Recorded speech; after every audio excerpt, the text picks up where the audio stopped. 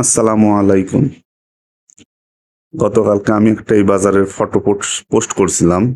সেখানে অনেকেই বলছেন এটা মাসুম বাজার, এটা হাজিরহাট কিংবা কলেজ বাজার। আসলে এটা সিঙ্গা বাইপাস, সিঙ্গা বাজার। ধন্যবাদ সকলকে কমেন্ট করার জন্য। ভুল হোক সঠিক হোক বলছেন, লিখছেন, ধন্যবাদ আপনাদেরকে। আবার অনেকে সঠিকও লিখছেন। সবাইকে রইল আন্তরিক শুভেচ্ছা।